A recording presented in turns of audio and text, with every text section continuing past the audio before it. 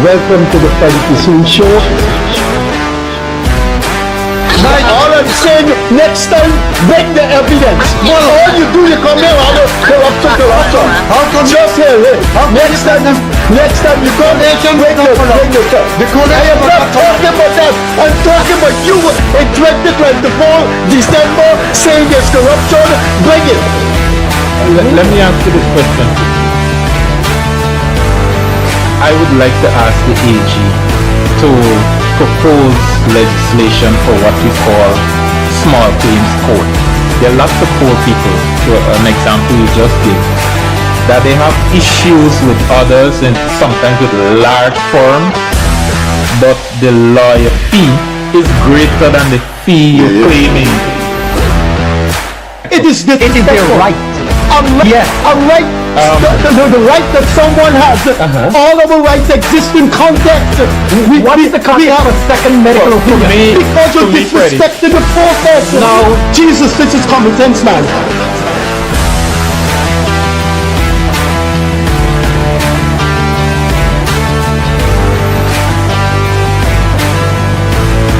Any situation which you seem to do, you just deal with after Chinese issues.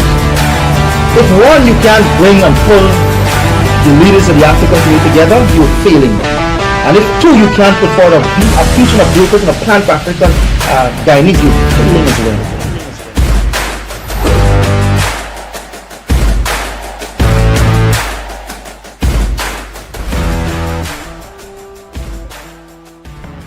Good evening. Pleasant Wednesday evening to you. This is the Freddie Kissoon Show with co-host Leonard Craig. Our guest came to this program 3 years ago, and since then, a lot has happened in his political life. Our guest this evening is former Army officer and current chairman of Guyana's largest and most important region, Region 4. Our guest this evening is Daniel Seeram. Thanks, Leonard Craig, for being here. And let me start with the protocol. Daniel, after 3 years. Thank you. Daniel, I want to start with this bold headline on Monday's edition of the Guyana Chronicle. You're sandwiched here between the president and the vice president, and it says, PNC has become unattractive, Region 4 chairman says. And I'm sure you know, you have now been catapulted into a different type of controversy. I'm sure I don't have a Facebook page, but you must be making the rounds on social media. Why did he go over to the PPP? Why did he do that? Well, I guess we have one explanation here. It has become unattractive. But there's much more to say about why you have taken that journey. I have interviewed you before, and so I let Leonard Craig do the opening honors. Hi, Daniel, thanks again for being here. And I have fond memories of us working together on the campaign trail. On behalf of the same group, and now both of us are not with that group anymore. But recently, Norton said words to the effect that you have not paid your dues in the PNC, and so you just came, you collected, and you left. How do you respond to that? First off, good evening to our viewers and everyone following the show. And thank you again, Freddie, for your warm welcome. Thank you, Leno. You guys have been doing a fantastic job on this program. I know a lot of Guyanese to follow it to get their updates weekly. Leno, I will tell you this here, right? I have left the PNC ultimately because the lack of or the void of leadership, meaningful leadership in that political party. Any utterances by the leader of the party really does not have any value towards me at this point in time. In terms of, what did you say, paying paying your dues. paying my dues. My work speaks for itself. Not the physical, monthly, or yearly Yes, dues. no, but my work speaks He's probably for been itself. paying his dues either. But gentlemen, my work speaks for itself. Over the years in the region, it hasn't been a very easy task. It has been very challenging governing the most populated, and I must go out on a limb here and saying the most important region in the country. Being in a political party that is in opposition, leading a region under a government which is not your political party, has its challenges. And I was myself, along with many able-bodied individuals, the council, the administration of the region, we were able to maneuver through some of those challenges to bring what we see today. The successes in the region speak for themselves. You can go right now outside and you can see all of the physical development that is going on. Apart from that, we have advances in medical facilities and the delivery of healthcare within the region. We have advances in the physical infrastructure in terms of educational delivery and the resources we have put towards education. With regards to drainage and irrigation, we have been doing a lot of work within that area. I must say that the regions, partnering with NDIA, we have been very proactive in dealing with drainage and irrigation issues. So for someone to come out and say that, I haven't paid my dues, or even that the region in which I currently govern has not had any successes, is clearly living under a rock. Did you coordinate and synchronize with your vice chair? No. Mr. Sandy's endorsement of the People's Progressive Party, Civic, along with His Excellency and the Prime Minister and leadership of the party, right, came entirely from him. Actually, after I would have made my announcement public, he had reached out to me and said, Chair, this is the direction that he wants the region to go in. This is the direction that he sees the country going. And he was most happy to make his endorsement, and I'm sure that he will continue to make his contribution also towards regional development and national development as well. What's your relationship with Norton now, and what has it been since 2020? The relationship between me and party leader has always been very professional.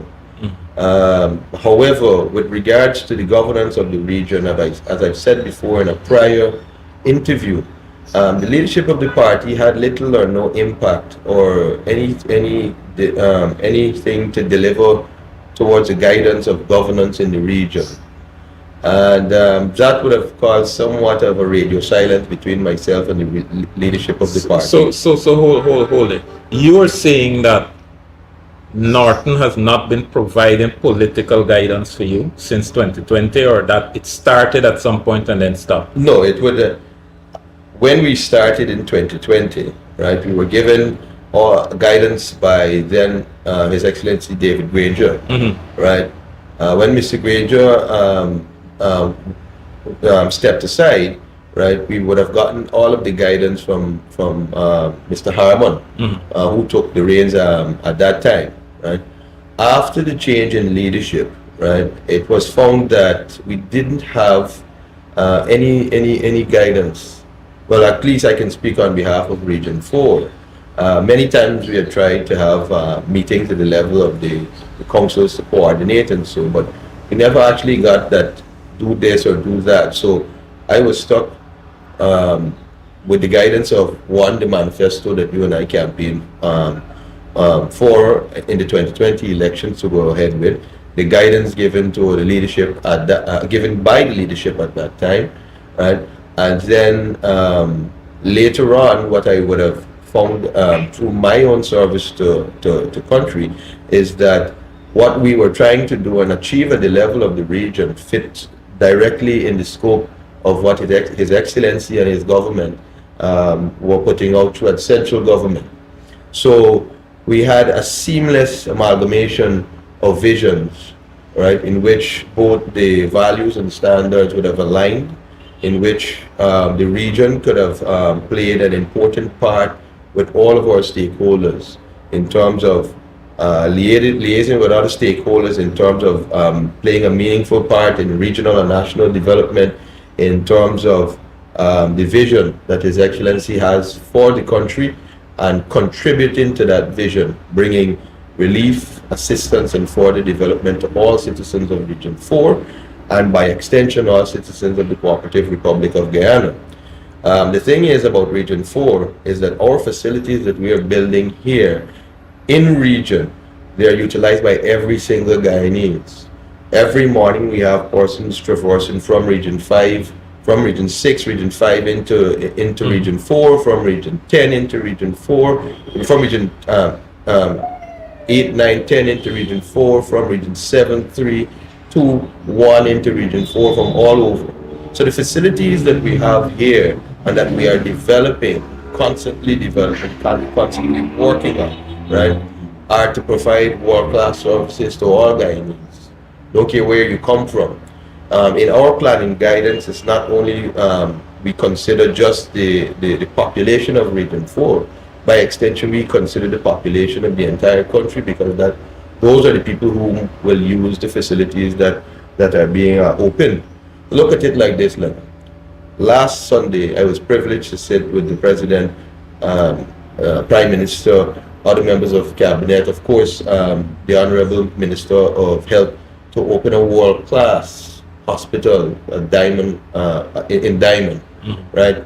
Which is marvelous in every sense. And that is one of, I believe, 6 that will be opening of such a magnitude. And that will have a major impact on our health services within the region and nationally as well. That hospital is completely outfitted? That hospital is completely, if you follow the walkthrough that His Excellency and team did, you can see everything was up and running. I think it's 75 beds to that hospital. And it's staffed and everything. And it is staffed. So it takes a huge burden off of Georgetown. It takes a tremendous burden off of Georgetown, which leads me to another point. When we had done a study early in my tenure as chairman, and we were looking at traffic going in and out of Georgetown, we would have found that the traffic is based on many Guyanese trying to access essential services. Right? And I've been echoing this to central government always, that we have to decentralize some of these services from Georgetown to the East Bank or to the East Coast. So here we have the hospital, which is, I'm sure, a large percentage of the population taking the public transportation just to go to Georgetown to access GPHC. Now on the East Bank, we have a relief system there in which about 90% of the services provided by Georgetown Public Hospital will now be available at the Diamond facility. And I think within a 2 months period or so, we will have the Enmore facility, which is a similar facility to Diamond, being open as well. So that would suck in East Coast. That will suck in the East Coast as well, taking a large strain off of the primary health facilities, and taking a large strain as well off of our tertiary health facility in Georgetown. What are you guys doing, as you mentioned the hospital, to let people, because the culture in Guyana is that these regional hospitals are not as well outfitted as Georgetown, even for some basic services. And so before you stop in at one of those hospitals, unless it's an emergency, you head straight to Georgetown. What are you guys doing to promote those facilities and give confidence to the public that if I stop here, I will get just as good treatment, or probably even better, because Georgetown got a rush, if I stay on the East Coast or stay on the East Bank? What you have any plans? At the commissioning of that hospital, a number of services were read out, and I know that it's overwhelming to hear all of those services. But remember, Leonard, that primary care begins at your health posts or your health centers, and all of the health centers know now where to send the patients for their referrals. Okay. Before, when you go to a health center, you have to get a referral for some secondary or tertiary treatment was directly to GPHC.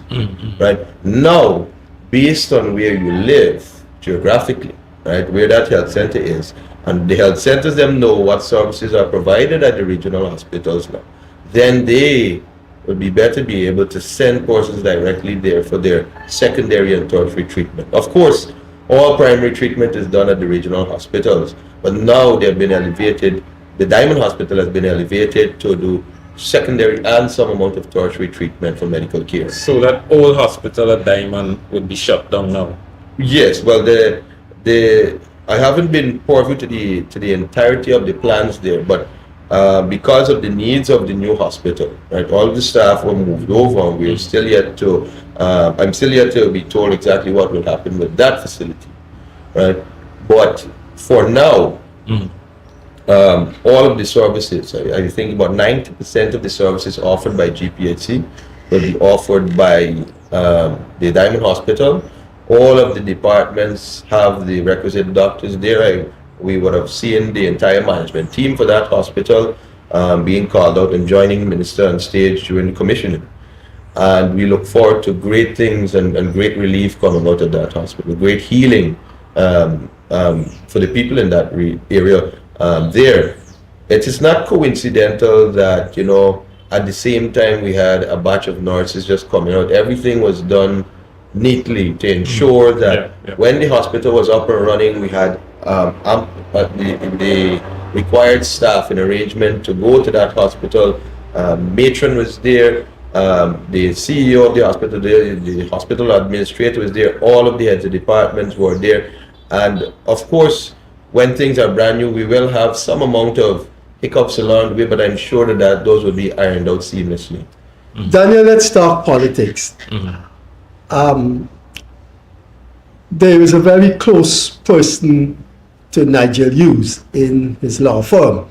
I think he may be the political spokesperson outside of the main executive of the AFC. And he was talking about people who have left, Gita Chandan and you. And I think there was a psychological nuance in why people left that the average person doesn't understand. And so in my Guyana Chronicle column today, I tried to correct Daniels. And I made the point, and I asked Daniels to have some understanding, that when you embrace something, you embrace that something because of what it is, what it stands for, what it has. When that what it has, what it stands for, what it is, go, then that is not the thing you married. And I said to Daniels in my column today in the Chronicle, Seeram and Chandan left what they didn't left because what they married in 2020 is no longer there. What you married politically in 2020, is it still there? Well, no, it isn't. There's a general change in everything. The operations, the leadership, exactly which direction the party is going in. I mean, anyone can stand and give a lofty political speech, right? Most politicians are known for those things, but in the execution, that is different. That is entirely different there, right? I believe, and I won't speak on behalf of my sister Gita here, but on behalf of myself, as I've said before, the party has become totally unattractive. I will go so far as to say that from the leadership in 2020 to now, it's unrecognizable. And what is going on needs a total revamp within the mighty PNC, right, to come back again as a formidable force. Right? Freddie, you like to talk politics, and I know my colleague Leonard has it. Right? We are now less than 3 months away from an election date. Right? The PPP Civic has already signaled their presidential candidate and other persons who are likely to take up leadership roles leading into. Yeah, they're not going to change the prime minister. Good. Right. We haven't heard this as yet coming out of the opposition, and this uncertainty leaves much to be desired. And to the supporters now, it lays them very confused and wondering what is going on. And if at this stage you're having issues with choosing who is going to be a presidential candidate, a prime ministerial candidate, or even saying that we will have a coalition going forward, right? I don't know what more to say. I mean, what I'm speaking about here is, this is the public discussion right now. In any democracy, we need a formidable opposition. Leading into an election, right, there should be some amount of, how to say it, there should be some amount of resistance going into an election, not just one party knowing that they're going to win. But currently there isn't any, right? As I see it, if the opposition does not get their act together, right, they'll be further diminished in Parliament, right, leaving them to be further diminished as a political party as well. And I was once a supporter of them, and I feel for these current supporters who are looking on at them for this leadership that is needed, that is not provided at the moment. Daniel, you must, you equivalent to a minister. Region 4, in fact, Region 4 chairman may in fact have a larger latitude in terms of interfacing with the Guyanese people and even some ministers. There was a time, there had to be a time when in your party things weren't going well.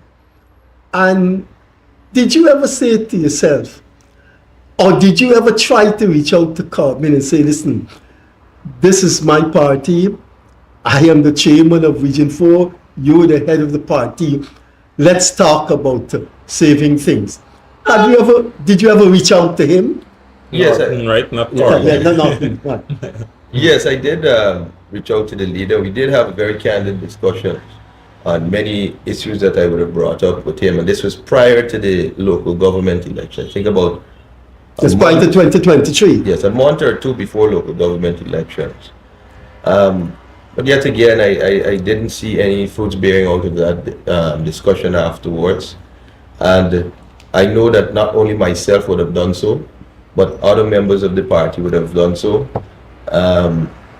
It isn't a secret. Many members of the party tried to speak to the leadership of the party in terms of their current position, in terms of what is expected, what should happen, how matters should be dealt with, the image of the party, a number of things, right? Persons would have spoke about it both internally at the party level and publicly, right? And it all fell on deaf ears. It is not saying that I, Daniel Seeram, woke up one morning and decided that, hey, I ain't got time with the PNC anymore, I will leave it alone, right? I was a part of many persons who were trying our best to hold things together. Aubrey Norton said 2 years now, you have not been pursuing the interests of the PNC. That is the timeline he gave in his press conference. Well, then if I wasn't pursuing the interests of the PNC, then that's an indictment as him as leader. Because I was never informed of this by him for 2 years, right? No, I was informed by the leadership of the party that they had any issue with my leadership at the head of the region. Right? So to say this now, right, I find it very humorous, because I was a good boy when I was in the PNC, but now I'm a bad boy when I'm with the PPP, right? But as I said, I don't comment on those null and void comments. They give them any substance, because, as I said, my work speaks for itself. We all have someone who protéged us in politics. No matter if we're not in a political party, there's someone who you looked up to, or someone who guided you, and then afterwards you look and you say, that's the person that's responsible for me being in politics, me being in cricket, me being in football.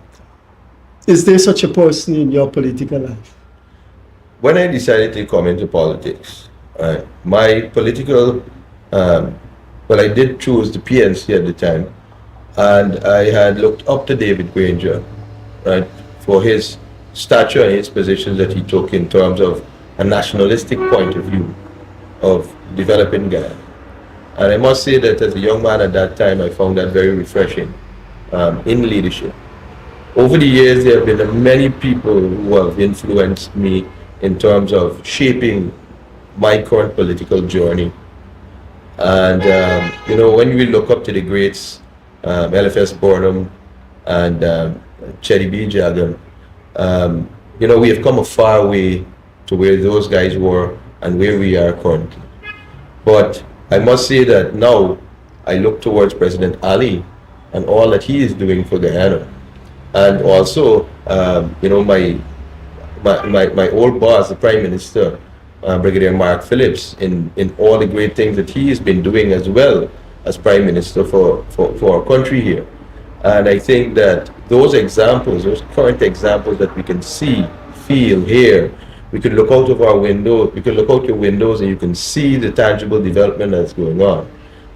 That is something that I look forward to exemplifying on working along with. I wanted to ask you, how did you end up in the PNC? You've explained that you admired Granger's work, but did you decide, like, here I'm going to go into the PNC and just one day drive up to Congress Place and find out how do you join this part? How The army thing did that happen? The army thing had a role? No, actually, I had left the military and I had gone into private practice as an engineer. And I was met by Ms. Vola Lawrence, right? And stemming from conversations with her, right, I was able to gain entry into politics through the People's National Congress reform. Okay. Daniel, this is a hard question, and I'm curious about the answer. That's why I'm asking it. If you were to stack up Aubrey Norton against David Granger and Joe Harmon, three big wigs in the PNC that you interface with up close and personal, how would you grade Norton in comparison to them? You know something, Freddie, I believe in not passing judgment against anyone. So I withhold my response to that question, right? Because it's not up to me to place any individuals up against any individuals and measure them. But I would say to the public who are listening that they know who stands where in terms of they see the work of each individual, they draw to each individual by the public, and I'll leave it at that. Leonard? You were in the army, then you were in politics, and both, well, not just politics, but in the PNC, both of those professions, or whether you see politics as a profession or a pastime, we can't run away from it in Guyana. Race, politics, and working in the public service goes hand in glove. And it is not typical for a young East Indian boy to say, I want to go in the army and I want to join the PNC. How did other East Indian people relate to you during these two occupations? Well, everyone was quite surprised. I would say that to begin with, they were quite surprised. But however, I've always had the ability to working wherever you put me in terms of adaptability.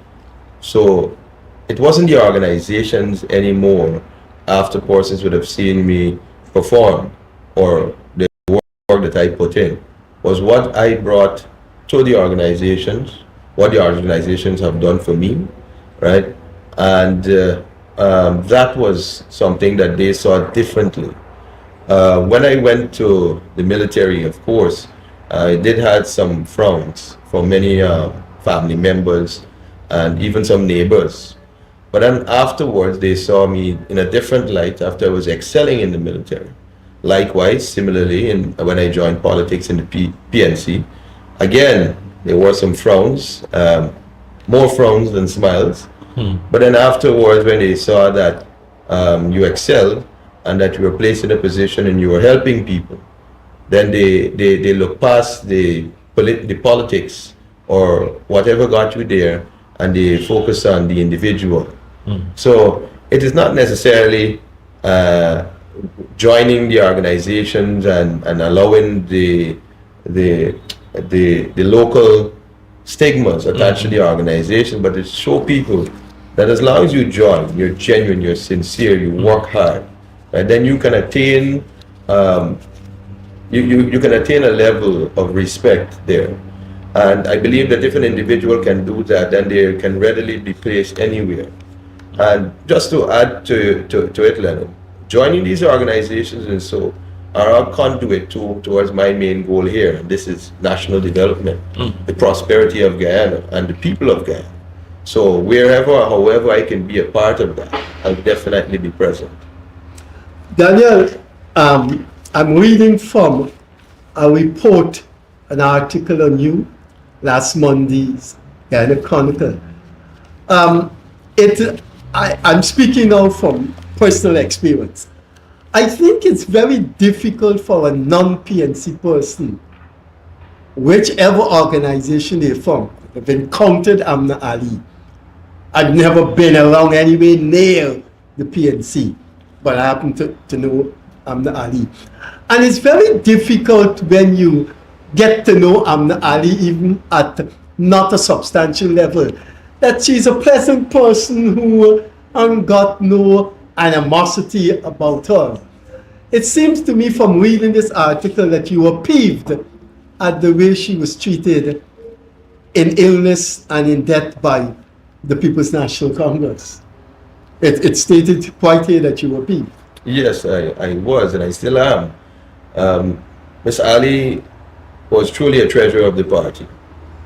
And she dedicated her entire life, over 50 years, to the People's National Congress reform. And her family as well, because her father was a regional chairman as well for the party, I think for Region 5. And to see that even in death, people could be so, behave in such a manner that you can't offer a simple thought or your presence to the dead, it makes you wonder. And then, Miss Ali had a way about her, right? She was very aggressive. She was definitely a strong woman, be it at the party lines, be it as a minister in parliament and so. And even the people that she had disagreed with, from time to time, they were there. They gave speeches to honor her and honor her memory. They comforted her family at that time.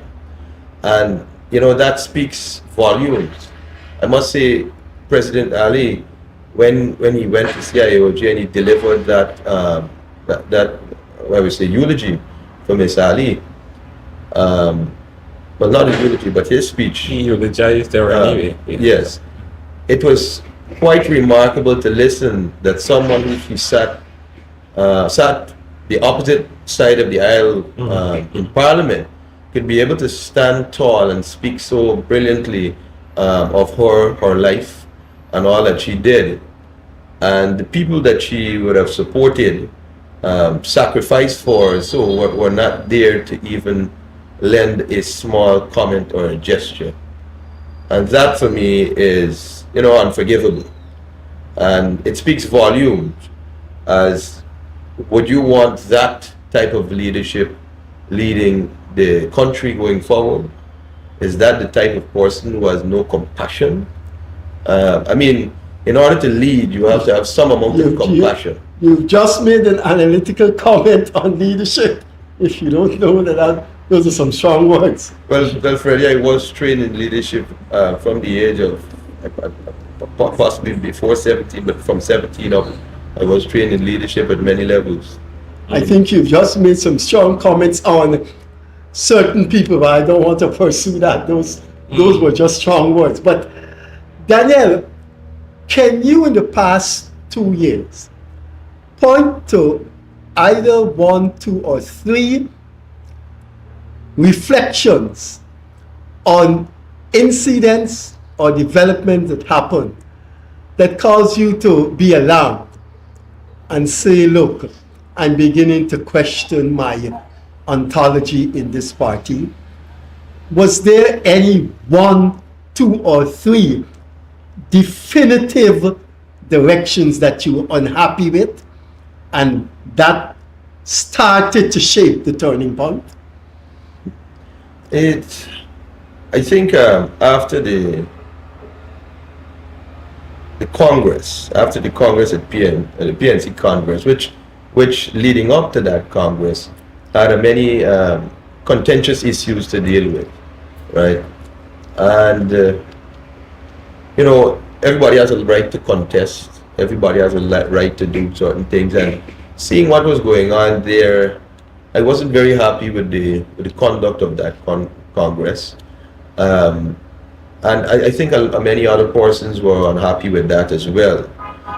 And hence why you find most of the key political players in the PNC becoming more or less silent afterwards. And then the sidelining and marginalizing of certain competent persons, especially the youth in the party, it really rubbed a lot of people the wrong way. And for those youths who are even they continue to keep the fight going and keep going, they're not getting the necessary recognition from the party, right? And those are some of the issues. Treatment of people. Any leadership, your main thing is treatment of people. In politics, as a political party, your main resource is people, right? The thing is that will get you into power is people, right? Votes from people. And I think it has gone awry right now within the leadership of the party. It's been mismanaged, and there's some need for some deep introspection and change on that level. Right? Because of that, right, I do not believe any negotiations going forward can ever bring any fruit.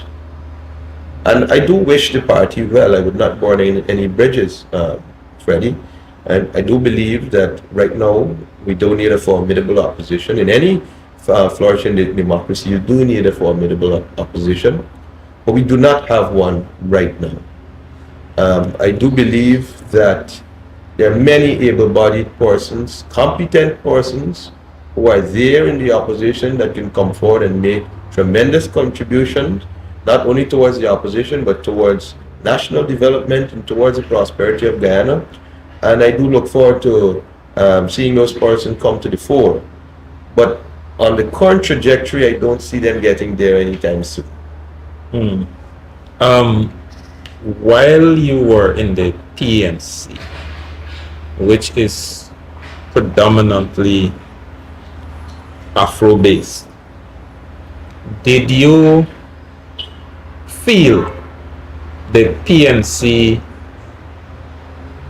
yearning to reach out to East Indian people, or did you?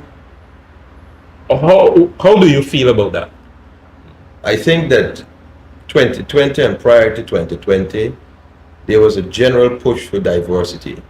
And I saw that actually when I first went to Congress Place to be a candidate.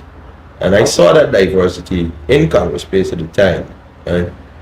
However, right now, I don't see it in the party, that diversity, and which led to my statement, Freddie, on it being unattractive. Right?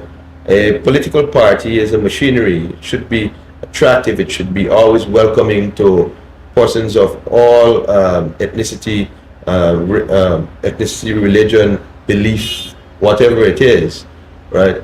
But because of the party not being unattractive, because of the sidelining of competent individuals who have a following that understand now. You see, Leno, we live in the era of social media, and everything that happens now, we can read about it in social media, right? Before, if parties were having negotiations or parties were having any issues and so, you have to wait until long after, and then someone may come and put a letter in the paper. Now, as soon as it happens, somebody can say something and put it directly in the media, and the entire populace is well educated on the matter to make their own decisions or form their own opinions or deductions.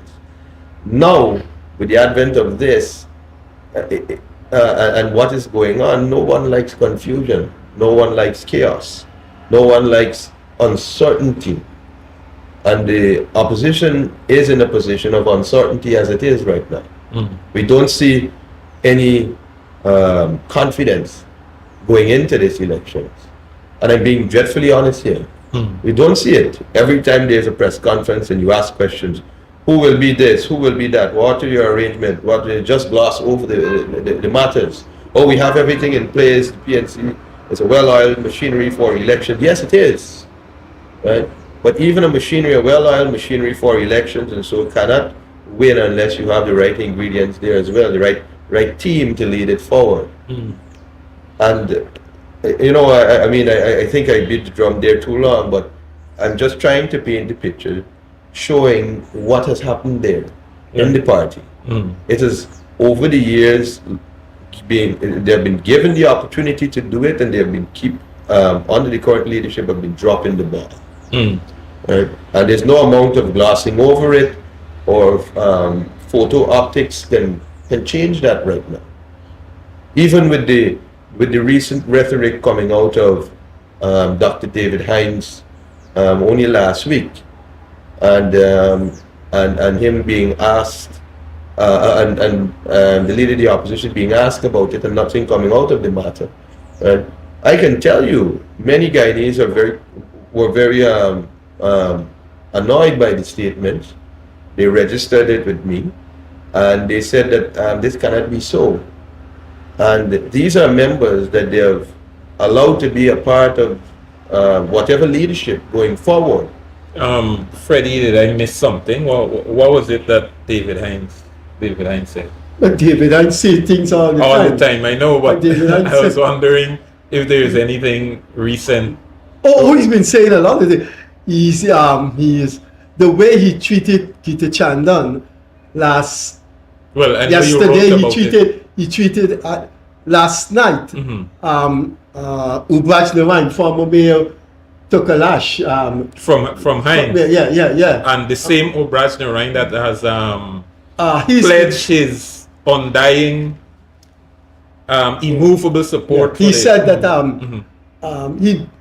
what he has said is what he has said on the Freddie Kissoon show. That do not push your mouth in black people's story. And I think he's referring to whatever Ubraj Levine would have said. But Daniel, Daniel, I'm addressing this now to the co-host. How could a person in a political party in a diverse, culturally, religiously, racially diverse country see a woman insulted because of her race, and so David Hines said to her, she is a slave catcher, and this woman got no protection from her leader. In fact, as the leader says, we would not criticize David Hines. There must be a sense of loneliness there on the part of Gita Chandan, and we saw the denouement now. She is exited. Before Daniel comment, let me just make a quick comment. And I've always said to people that lack of what I like to call pastoral care or in the party, when people stand up to blame Charandas the same comment you made about your relationship with Norton. That is exactly what was going on in the AFC.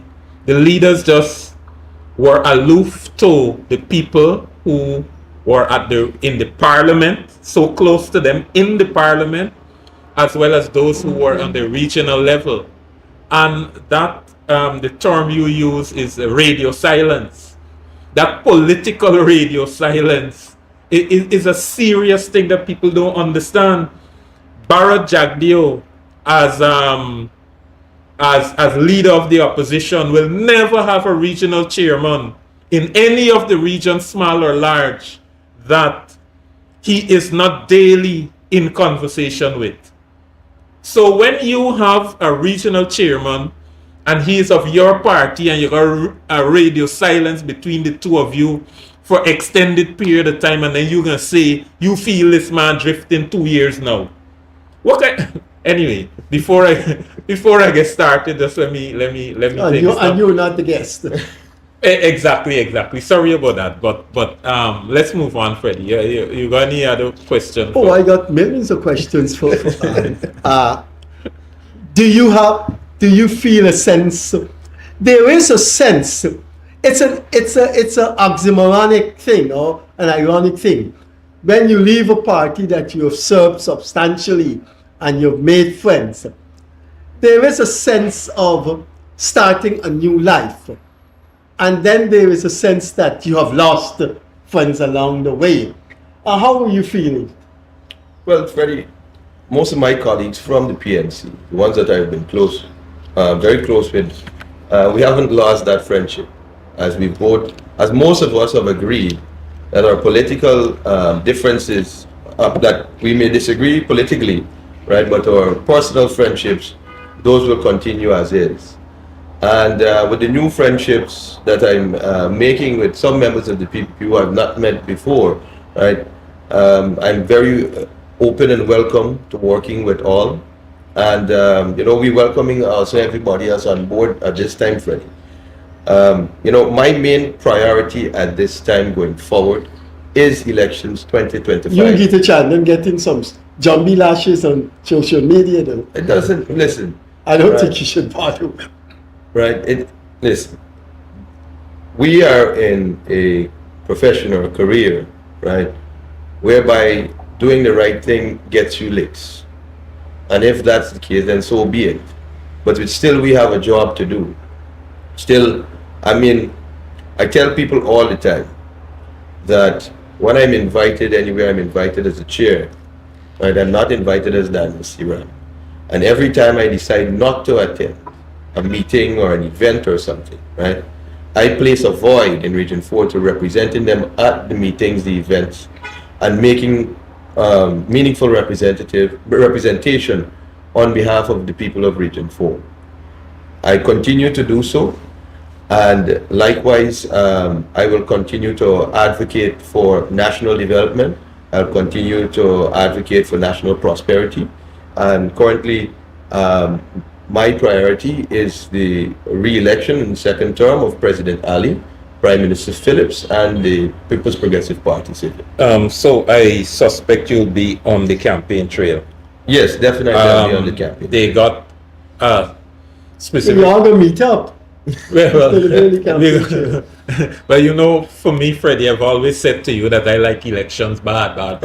It's my favorite. It's my favorite Freddie, period of time. Freddie, if you didn't know, with election comes a lot of positive energy, right? And it's a very interesting time. And being a part of an election cycle is something, quite remarkable. And only those who have been through some cycles and understand the energy that you get to work more than 24 hours in one day, right? And to go beyond the call of duty to ensure that everything is in place for this one day. Because the election doesn't happen only on that one day, September the 1st. It has already started the election. Right? So a lot of things go into an election.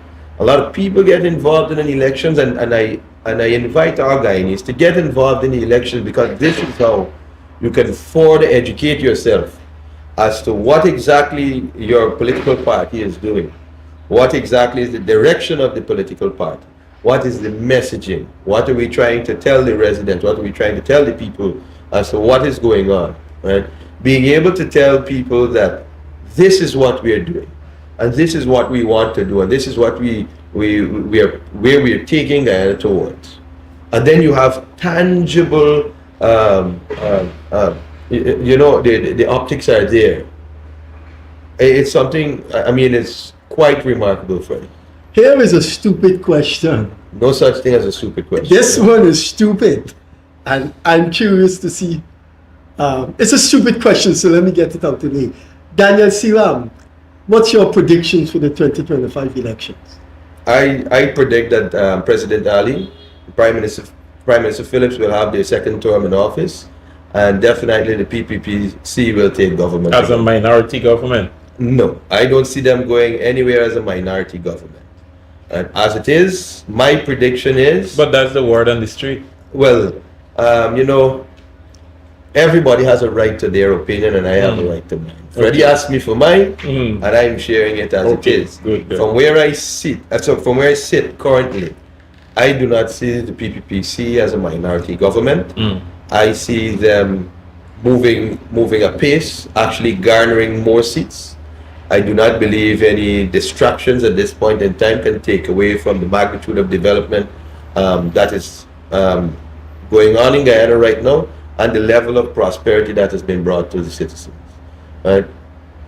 Everyone will have a different opinion.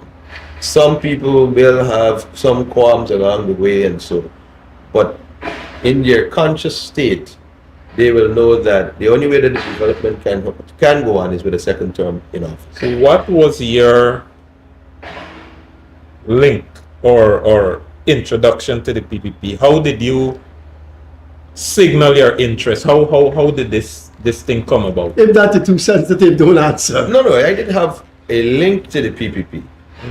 I govern the largest region, and my job was not only to just govern, but to be a part in some of the functions of central government. All of the program areas within the region have a central government ministry. So over the almost 5 years now, I've gotten to work along with many of the ministers, many of the key stakeholders, right? And not because of their political persuasion, but I saw them and their push and their zeal, right? Ministry of Works, all of the things that they're doing. Ministry of Health, right? Worked along with them very closely during COVID. So how did you are seen pictured with President Ali and Vice President Jagdev? Probably two of the most powerful political talking about this here? Constitutionally is probably thing different. Are you talking about this here? Right. How did you signal your interest to these people for that coming together and that photograph? Again, I say if that is getting into sensitive areas, both don't answer. President Ali and Vice President Jagdev and I have had a cordial relationship before. As you know, Leonard, in politics, right, you cannot go radio silence. You cannot cut off communication because, as I said, it is not for me, Daniel Seeram, but it's for me to have access to all offices of government so that we can have the work of the region and the relief assistance for the development for all Guyanese. Hold on. You're taking Freddie's advice. No. Because you're dodging the question. No. When I was you pick up the phone and call somebody. I was speaking with if you think those are areas when I was not to speaking say with the public, two gentlemen, don't worry. Hold on, Freddie. Don't worry when I with was him, speaking Daniel. with the two gentlemen along the way, right, we had awesome ideas. Daniel, don't worry with him. Finally, I've had a chance to have a sit down with both of them in terms of regional development and where we're going as a country. And I can happily say that our values and standards align. And my decision to give support to President Ali, Prime Minister Phillips, Vice President Guyana, and the PPPC, right, was an easy one to make after that meeting that I would have had with both gentlemen. Right. I hope that I satisfied then you decide. Stop it, please. Then you decide to endorse. Stop it. immediately after that meeting or a while Let's after? stop it. Can we move on? Hold on about it. People want to know. Well, Claire, you didn't read the endorsement, right? I had the meeting earlier within the day, You want to right? know. And then I did some housekeeping before, and then I released my endorsement. Oh, okay. So, okay. Right. Well, it's clearer, which, I mean, you refer to your statement, your endorsement, but I don't think it is lucid in that thing. Now, the way you put it, the sequence of events shows, the nearness of time, but your endorsement statement doesn't particularly say that that compaction of time there. It could leave one to believe it was over that 2-year period that Norton is talking about. But it is now clear and satisfies my curiosity. Daniel, could we point to one of your failures as the person who administers Region 4, if it's a failure? Some people complain that they were flooding up the East Coast. So, in rain. flooding is a very sensitive topic. As I've said that in the IA, the region, the local authorities, we have always been proactive in it. But then some things are just out of our control. If you have high tides coupled with heavy rainfall, there's no way for the water to go. Right? So we will experience some amount of flooding in low-lying areas. Right? Most of that is not to the government of the day or anybody who is in charge, but that's an act of God. Some of the issues that I will take is that we do have a very bad culture among sluice operators in which they do slip away sometimes. And some pump attendants who do slip away And they sleep sometimes. at home and not by the Right. pump. Well, I will not get into those matters, but these are human errors. But we've been constantly talking to these individuals over the years, right? But it seems as though we need to do more with it. So I do know that there was a program to automate most of these systems by NDMA, and I'm hopefully that comes out, so we can have those automatic, so we can take away some of the human error out of the equation.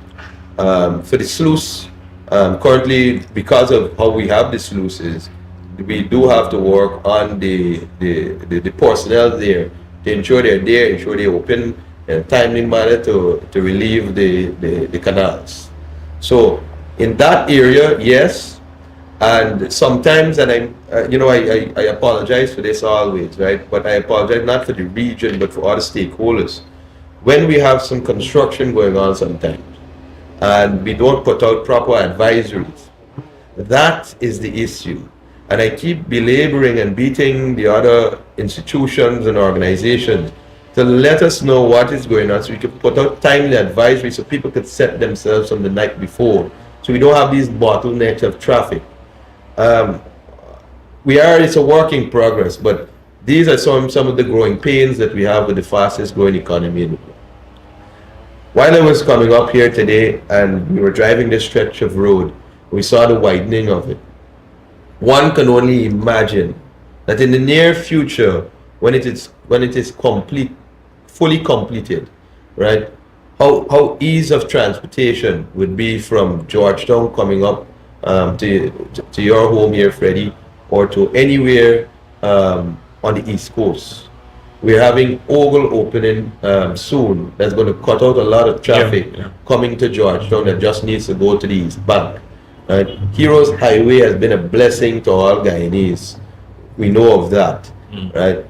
The further widening of the East Coast carriageways to bring more relief and take off more volume of traffic. Right? Many things are happening, and the icing on the cake for now is the bridging of the new Demerara Bridge. That is a testament. Any Guyanese who is driving along the East Bank and looks up and sees that bridge feels a sense of pride, because that's an infrastructure that will transform a lot for us. Right? And I'm sure that it will be completed in the timeline put on. Daniel, the operator signal, we have to go. One last question that will take us beyond time, but just by a couple of seconds. After the election, if you are asked to serve, what is the area in the administration of Guyana that you would like to function in? I have two areas that I believe that I can be of most help to, right? But again, Freddie, I don't ask to serve. But name the two areas quickly. I'm in the security sector and in the engineering sector, because Okay. those are my two fortes. Well, Guyana, both areas are growing, one because of the oil and one because of our threat. I wish we could continue this. We have to go, Daniel, after 3 years, you're back. Thank you very much, Freddie. Leno, Yeah, thank you yeah, for buddy. having me on. Yes, thanks for coming. Thanks for being with us. We were bringing you this interview in my living room. Daniel Seeram, current chairman of Region 4, was our guest. He graced our panel 3 years ago, and it was nice to have him back. And as usual, our ever reliable co-host, Leonard Craig. Have a pleasant Wednesday evening, whatever is left of it, and we will see you on Friday. As I normally say, catch you later. Bye-bye.